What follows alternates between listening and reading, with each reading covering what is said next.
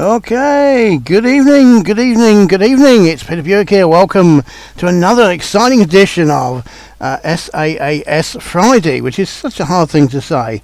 I really should come up with something easier to call it, but there we go. So let's get this underway. Let me just pop the comments out. I think I can do that.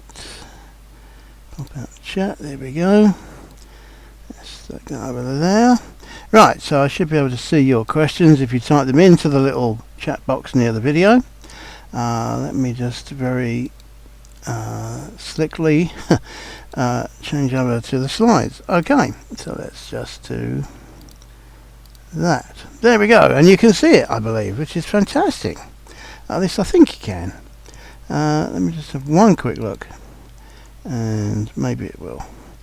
There we go. Okay, so there's a bit of a lag. Alright, fantastic. So welcome to tonight's edition of SaaS Friday.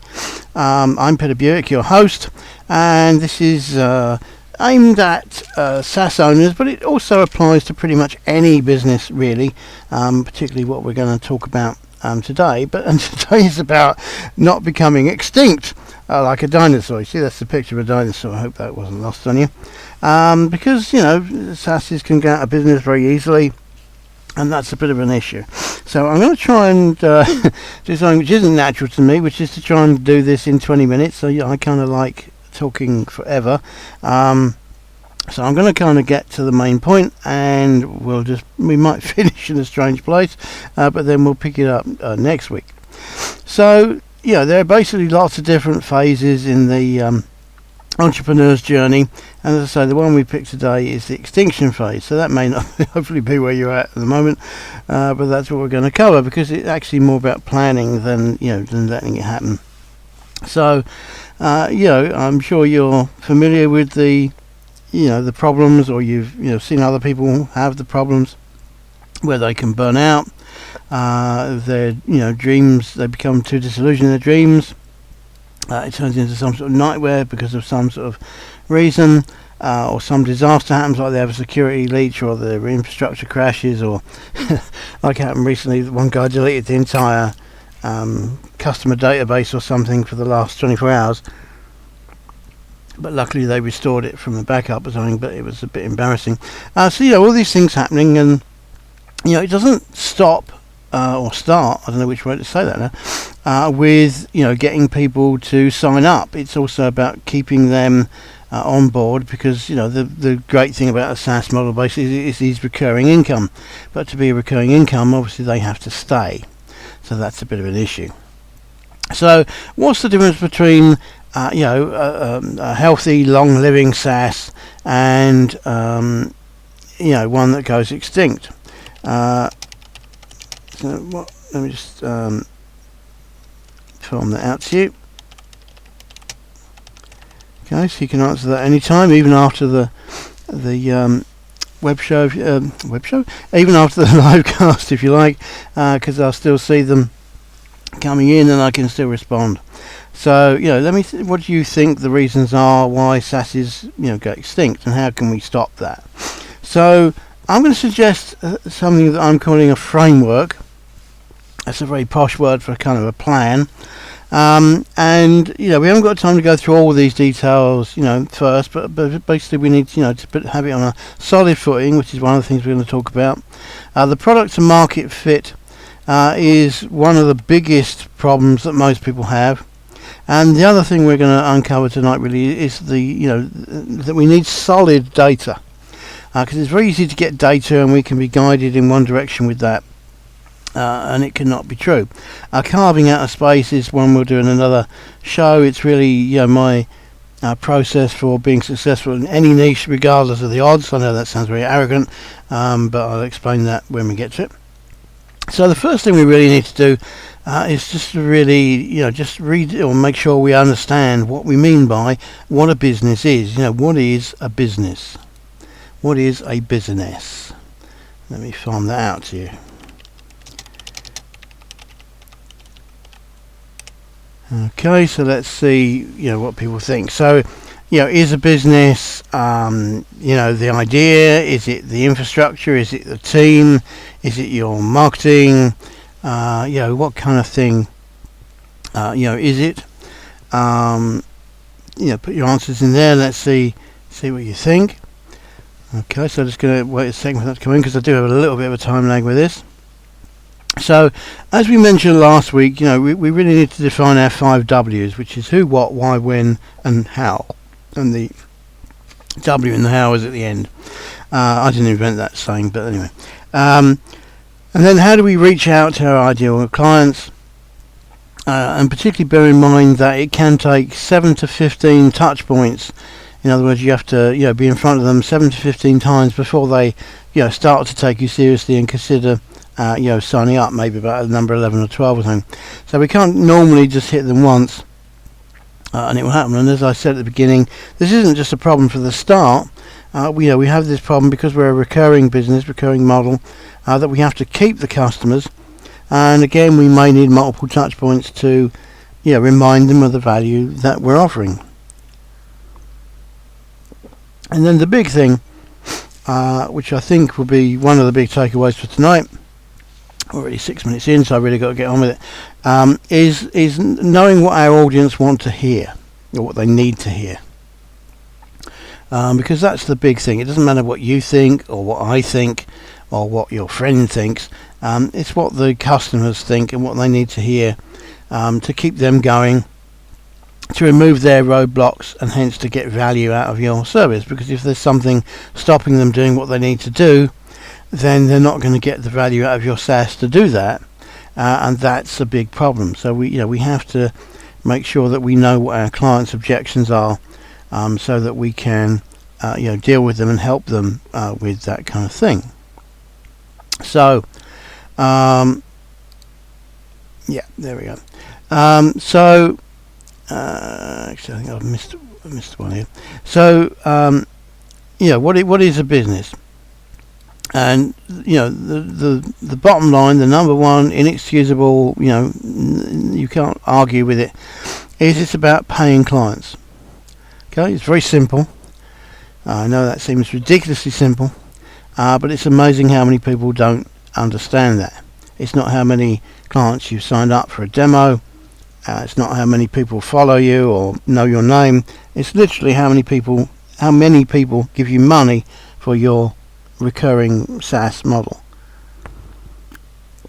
So how do we make sure in advance that we're going to get these people to be paying clients? So where are our paying clients? Okay, so by that, obviously part of that is going to be, where do they hang out? Part of that again is going to be, what do we need to tell them? What do they need to hear to do it? But there's going to be more to it than that as to how we, get them on board and to give us money. But paying clients is what defines a business. It's not how good the idea is. There are lots of terrible ideas that make money. It's not how well it's implemented or how neat or how beautiful the design is. There are lots of things out there which are ugly and poorly implemented, and they still make loads of money as well. So it's not to do with that. I know we have a lot of pride in what we do and we get really hung up on those kind of things, but simple stuff can sell very well. Even flawed and ugly looking stuff can sell really well. So that isn't the thing. So how do we make sure that we're going to take money, we're going to find these paying clients from the beginning? So the short answer, or the shortcut to this, is basically modeling. So by modeling we mean we look at an existing successful business and we work out what they're doing, how they're doing it, make sure that they're successful, and they're not just saying that they're successful, because that happens as well. And then we take them as an inspiration. We're not just going to clone them, because that would be rude. Not to mention all the other problems like intellectual property and all that. But we want to model on them, and then be inspired by them, and then add some bits, like a USP or something, or just solve a problem differently, or for different people, and that's a very important one. So it might be let's just take accounts, because I always seem to fall back on that. It might be that you have an accounts package. So there are obviously loads of accounts packages out there, but if your accounts package is particularly addressing the needs of farmers or something like that, then although yours is still an accounts package, because the kind of categories and expenses and that kind of thing, and the way farmers think and work, and the way that their expenses might be done over time and all that kind of thing. If you do an accounts package specifically for farmers, then your USP is not that necessarily that your accounts package is any different. It's just that it's actually set up for farmers specifically. So by changing who you are talking to can change your USP. So it doesn't always have to be some extra whiz bang feature. So and making it work for a particular niche of people, that's kind of a reframing idea, and I'm going to talk about reframing twice if I get time in tonight's thing. Already 10 minutes in. So I recently had a problem, which is a bit of a silly problem. So I wanted to start a new SaaS, and I wanted to, it was starting off being a portal. I was doing the sales page, and it was basically a portal, and it was a thing that connected two kinds of people. So I had a button for, if you're type person A, click here. If you're type person B, type here. Click here, and that would take them to their own info packs and explain the deal for their particular thing. But then this is the silly bit. Then I wanted to get email from Amazon, and Amazon don't really like marketing people on their email service. They like transactional emails. So I sent this off to them, my A and the B person type thing, and they came back and rejected me, which was a bit of a blow. And I couldn't work out why, because I didn't think that I was being markety. I just wanted to send them an info pack depending on who they were, and that didn't seem to be an opt-in to me. That seemed to be a transaction. Anyway, they said no, and I talked to somebody about it, and he said that it looked like an opt-in. So I had to change, I had to reframe what I was doing. So it wasn't about reframing or rebuilding or changing the product in any way. It's still a thing, a portal that connects type A and to type B. But I had to present it differently on the page that I'm going to resubmit to Amazon to get the email to work. So basically what I had to do was I had to turn it into an offer. So I had to turn it into a trial. Now obviously it could be a free trial or a paid trial or a 7-day trial or whatever you want to do it. But basically they sign up for the trial. They specify which they are, A or the B, on the checkout page, and they pay the money or they get their free trial, whatever it is, and then the transactional emails go after them. Now because we know what the offer is, and it's very plain from the front page that there is an offer, it's obviously not an opt-in, it's an offer. And when they buy the offer, if they're paying money or they subscribe to the offer, it's a free trial or whatever, however you're doing it, then that's when the transactional emails come in, and that will be a lot clearer, we hope, for Amazon. So very often it's not the idea we need to change, it's just the way that we present it or we reframe it. But that was an interesting exercise into making me think which way round I needed to do it. Actually, I've told you the other story, but anyway, it doesn't matter. So I've got another slide later on. So as I say, it's often about reframing. So the framework, we need to have it on a solid base. And one of the things that we need to decide on is that we can model it on success, which is what I just mentioned before. We look at a successful competitor and we change it up a bit, and we add our USP and that sort of thing. Pricing's a whole discussion itself. But is it popular enough? Now if we're modelling success, that kind of intimates that it's popular enough, but is there enough room for you as well and to take market share? So I'm just going to look at that one in a minute. But so just one thing I want to clear up first is what what a niche is. Okay, let me throw that out to you. So what is a niche? So a lot of people will say it's the desires of a group of people, which is a good definition. Okay, but there's another side to that, which is a niche is not a small thing. It's not a big part of a small thing.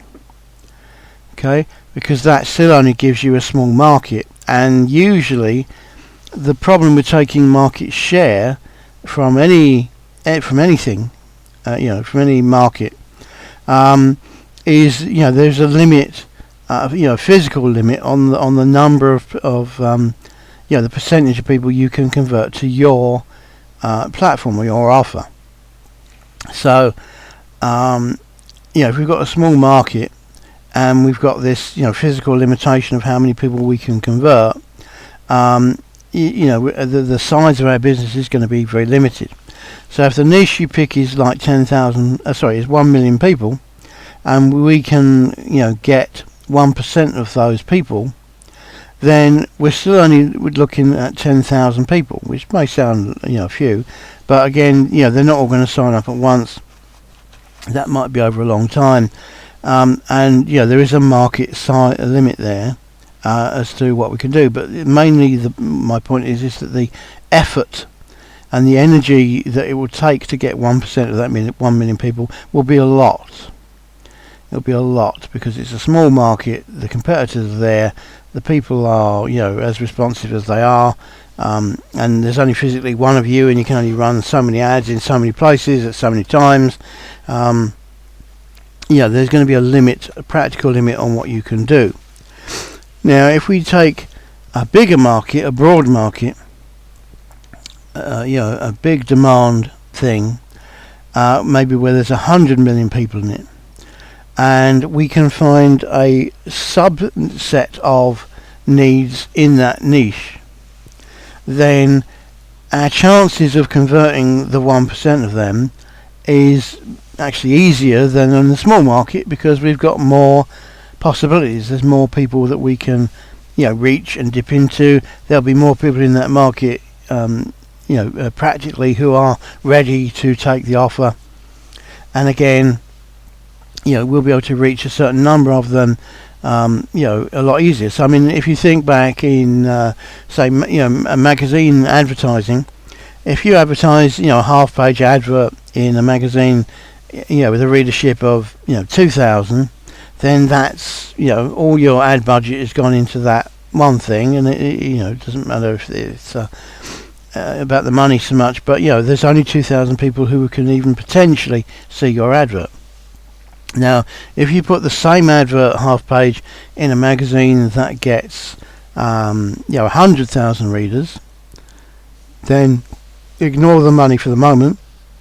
You can see that you can reach a lot more people with the same amount of effort. Okay, now again not all of those are going to sign up. The percentage might be higher or it might be lower, but your chances of converting them are much higher. Now with a magazine of that increased readership, it might be more expensive, but it won't be it'll be proportionally more expensive. It won't be X times expensive. Okay, so that's just kind of one example of the way that the reach works, and it's the same with if you do media buys on blogs. If the blog is a certain amount of popularity, certain number of people, or an e-zine list or a solo list, then if it's a small size, then that limits your potential. If it's a big reach, a very popular site or a very large solo list, e-zine list, then your chances are greatly increased. Now it may be a bit more expensive again, but it's proportionally more expensive. It's not X times more expensive.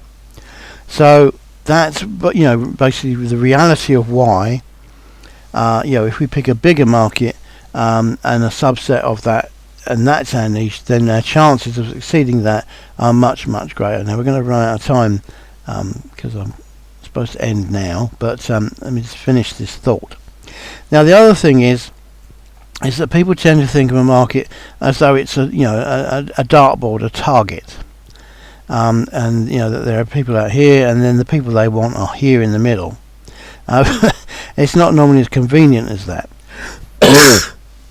So in the real world, the people are scattered all over the place and in different sizes and proportions and whatever, and you might run an advert that reaches these people and nothing happens because there's nobody that wants it. You might run an advert over here, again, nobody wants it. You might run an advert here, nobody wants it. You might run an advert and these people here, right between these two pockets of buyers, see it, and again, nobody's going to buy it because they're not the people who want it. So, how do we cope with this kind of pebble dash effect where the audience is basically, random, that, they're all in the same kind of industry, they all have the same kind of, interests and needs, but the people who are actually going to buy from us are these dark blue circles, and they're the ones we need to hit. And unfortunately, it's like the game of Battleships, where we can't actually see these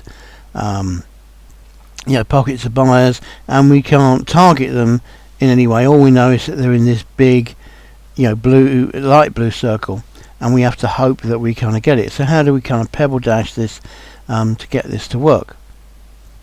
Because the markets are fragmented, our buyers are fragmented. So the solution to fragmenting, which we'll go into in the other weeks as well, is basically we want to do some basic things. We want to do attraction marketing, whereby we put our brand out there and then people come to us rather than pushing it out to everybody in this light blue circle. We put it out at various points, and then because these people will be looking for what they want as well, they're not going to be static, so they will be looking in certain places. There might be some common places that they look, and they will find us through our attraction marketing, and then they'll come to us. Okay, so that's a good one, and we can also call that pull marketing, in the sense that we're not having to push it out to people. We're kind of genuinely sticking it out there for people to find a little bit on their own. Now the personal brand is another thing. If we just rely on direct marketing and just making an offer, we're very much dependent on the people who see it at the time, wanting to be being buyers, and that's gonna only give us the low-hanging fruit in that, and the low-hanging fruit market is something like 3% typically, and that may not be enough because we don't know which of the 3% our advertising is going to hit. It might be our 20th ad before we actually get to reach any of the 3% who are the low-hanging fruit. Again, we don't know where we're advertising in this circle. We only know that there is a circle and the people we want are in it, but how do we actually hit them? How do we reach them? Okay, because we can't see this map and we can't target them. So instead of direct marketing, if we actually advertise our brand and we get our brand known and people are talking about our brand and what we've done, and they're starting to recognize us, when they are ready to buy and they do see us, or they think who can I get this from, then they will start to think of us because we've advertised our brand.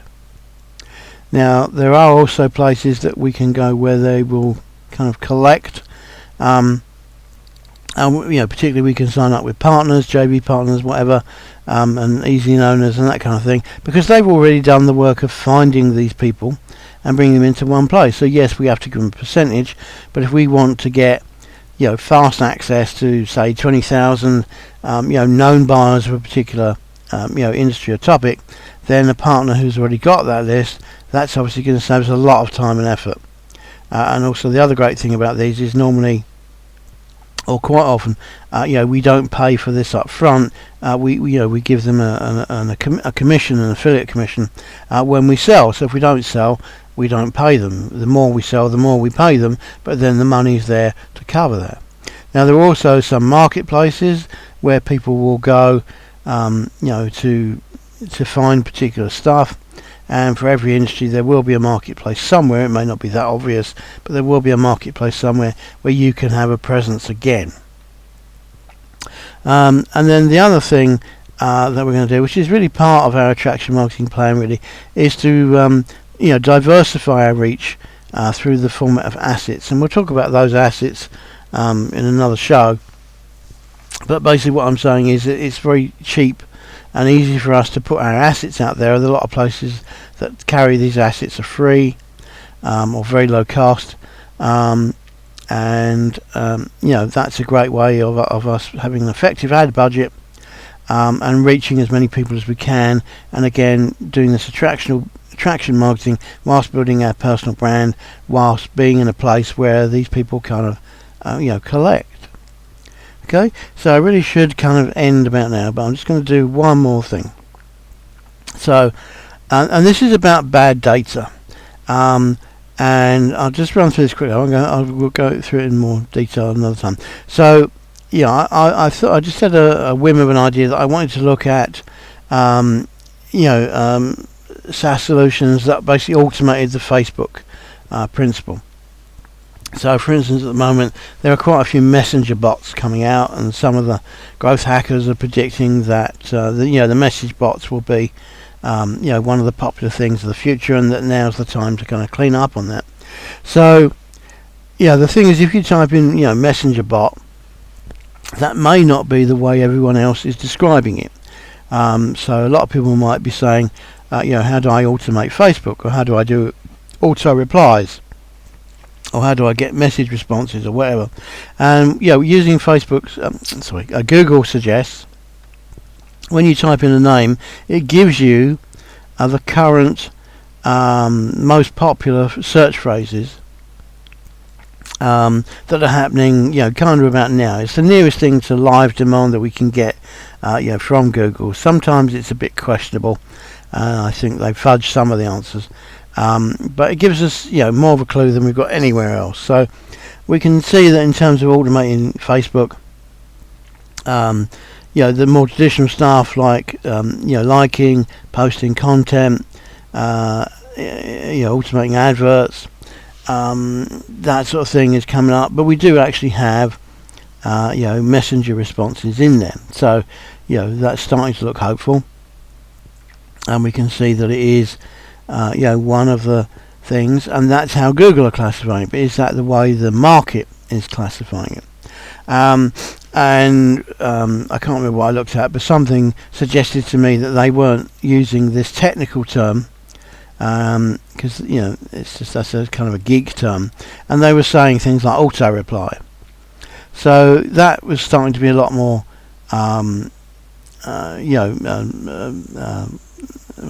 lucrative. But then I thought I would go to, because that's Google search, I thought I'd go to Google Adsense to see how much traffic they thought there were, and how much the costs were. And again, the geeky terms are pretty expensive, £5.68 per click. It's not per lead, per click.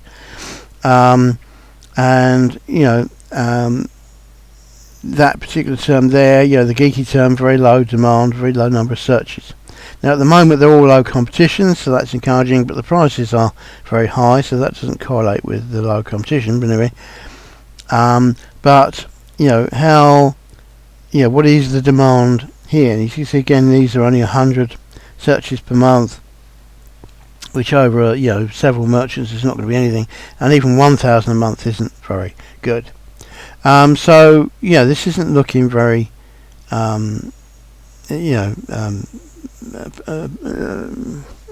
encouraging at the moment. So I did find one vendor, and they were selling a solution, but again it seems to be pretty low key, and I wasn't convinced how much market share they had. Also there's a one-time offer which kind of mucks up the recurring model, and it wasn't an agency version or anything, so it wasn't something that I could buy and really use for other people. So again, that was a bit discouraging. So then I thought, we'd try the more sort of out and out terms, Facebook bots, and there's no demand for that. And again, there is. Here we go, and that was a bit bigger, a bit more reasonable cost, and getting nearer to the 100,000 things. So maybe Facebook bots was it, but what kind of bots? Because we've got chat bots, messenger bots. I think there's an ad bot going down there somewhere as well. So again, it wasn't very definitive. And again, looking at the other words, again, that wasn't that exciting. And then this stood out to me because all these other ones are pretty low demand, and then suddenly for advertising, we got 12,000 a month, which is a little bit more like it. Whereas all these other ones are low. Again, low competition. Some of the prices don't seem to correlate with that. But advertising is actually seems to be where the demand is.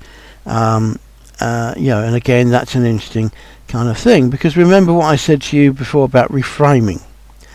So at this stage it wasn't looking that hopeful, and I was thinking, well, there's nothing wrong probably with the idea of a Facebook Messenger bot, or an auto reply bot, whatever you want to call it, but maybe that isn't the way the market is looking at it. If it's part of advertising, which is a popular thing, then that's going to be a lot more potentially lucrative.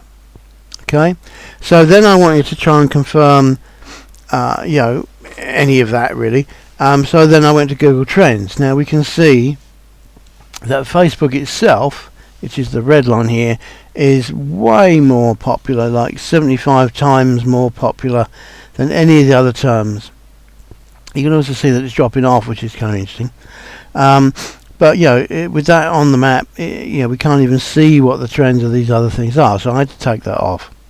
The other thing is you can see that it's very popular. Facebook's very popular in the kind of the States and stuff, and then over here, they're more interested in social generally, and then there's a little bit of bot activity down there, and a bit of messenger activity down here, but not so much in the States. So again, these things are looking kind of fringe for the States, but more popular in maybe some other places. So again, if we look at the bots and stuff, there isn't enough data to even show up on the map. And then again, this is interesting because I'd put in Facebook software at this point to see what other kind of software is available, and we could see that OBS, which is the live streaming software that I'm using today, is one of the most popular breakout terms in that. Now that's Facebook live streaming. Facebook live streaming is again probably part of marketing and advertising, more than just social or anything to do with automation as such. So again, that was another kind of reframing or hint that something else was probably going on.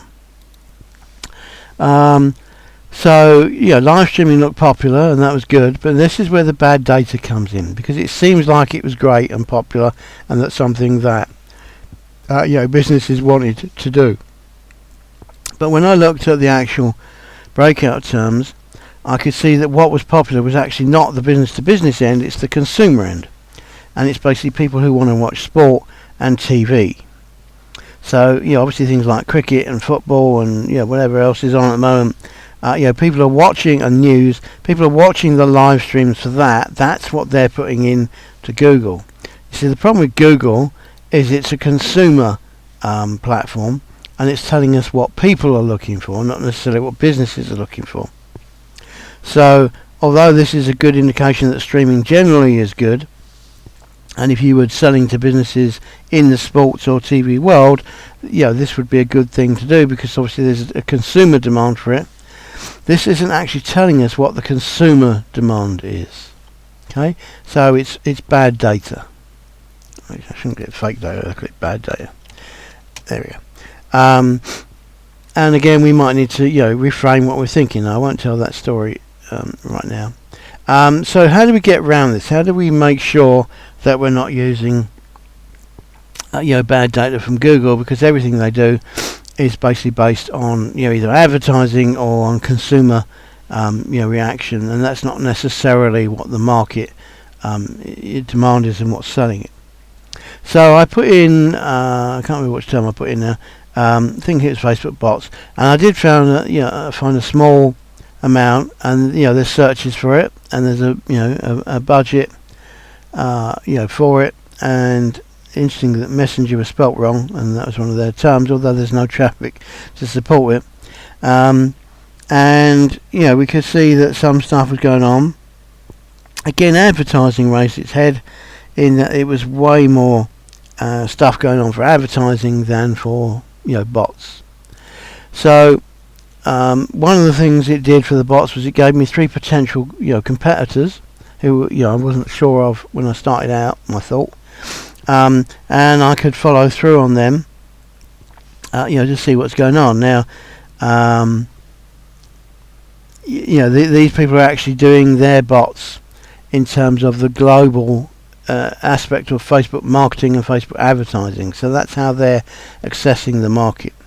But they presumably are they're particularly about messaging, and how that fits into best practice of stuff, and then we can follow through on these people. Now I found 2 other people. Now one of them, the lab people I think is, they're more of a marketing consultancy, and they happen to use bots as part of that. But the other people, I think I've got it the right way around, it might be the other way around, the Flow Exo, they were more of a bot company. As I say, I might have got that the rather wrong way around.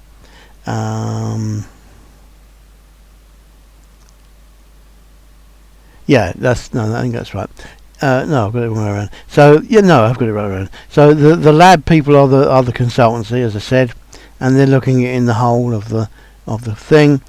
We can see that they're not very sure about their advertising. The normal, what we want to see here is that there's a long line of the same colour, which means that they're advertising the same ad, and if they're doing that, it's because it's working. But we can see, like here, they keep changing their mind. It's not really working. They thought maybe this was working, and then they stopped again. So it's very much stop-start in this. So this particular form of advertising probably isn't working very well, or they haven't cracked it yet. But they were trying, but it's not panned out as great as it could be. And then these people were more bot people, I think. So it's a small, hard to read, but so build a bot. And again, they're a bit more confident about their advertising. They've kind of filled most of the lines. This was the same ad, but they were spasmodic, and then up here again. So maybe, and you can see that they're doing about messenger bots, chat bots, messenger business. I'm not sure if that's the same thing, and that might not be either. But the first 2 are certainly bots, and these are the adverts they're kind of running. Maybe these are bots, but because they're from this company. But we need to look at that. So we can see that there are some competitors, and we can kind of see who they are, who are doing PPC, because this is SpyFu. This is a PPC ad analyzer. So the reason why this kind of works for modeling is because if they're spending money on adverts and they're going to do it for a while, then that intimates that the advert is working.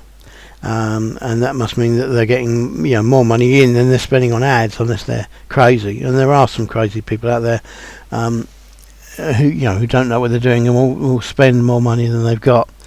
But it gives us a clue and a potential look at the market size of this kind of thing going on. But basically it still kind of comes down to the bad data, because we're not sure what the market are asking for and what the market call it. All we can see is that in terms of what we call it and geeks call it, in terms of the word bot and everything, there's something going on, but we're not really sure how big it is. Okay, it's not very encouraging, in terms of this kind of thing. And so, at this point, my main takeaway was that we're getting bad data, and it's even hard to model on because we're not seeing great competitors here. So it might be that we need to reframe the messaging, not the offer. If it's a messenger platform, it's a messenger platform. It's not that we need to redesign it or throw it away, or not build it or whatever. But we need to make sure that it's the product and market fit is there, and that we're calling it what they want, and we're putting it in the context of what we want.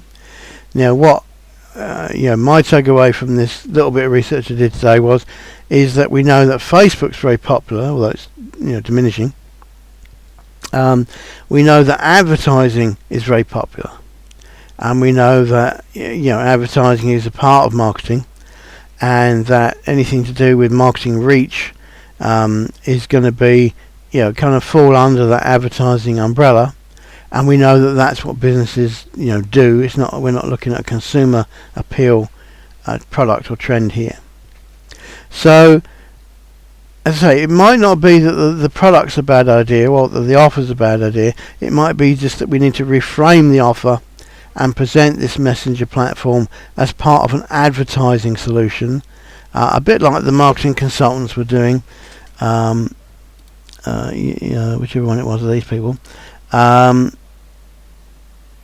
Those people. So that these people, Deviate Labs, they're into growth marketing.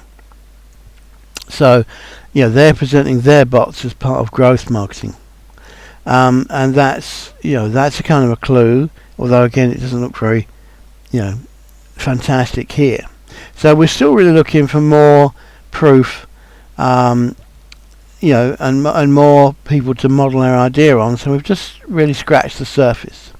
But I hope it's kind of making you think that, the thing that's going to propel our business and make sure that it's stable and make sure we've got a stable, base to work on, is to make sure that the demand's there.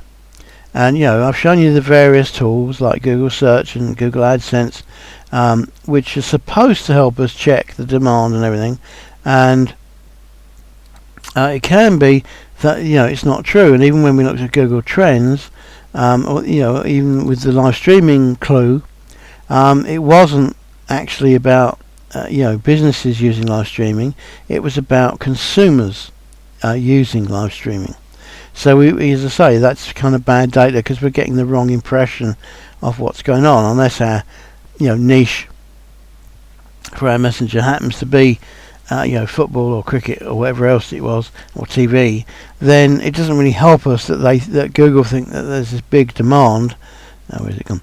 There's big demand of live streaming because they're looking at it from the consumer end, not from the business to business end. And we're looking at the business to business end, and we're not seeing a great proof that that's there either. So hopefully you're starting to think that we need to assess the data.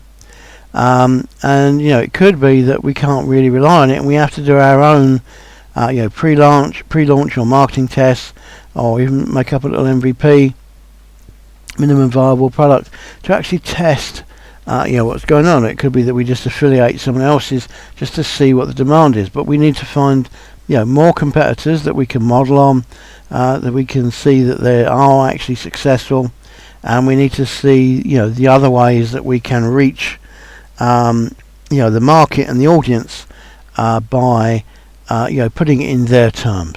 Okay, so we've run out of time for today, so we'll carry on this kind of discussion next week, but I hope you found that interesting.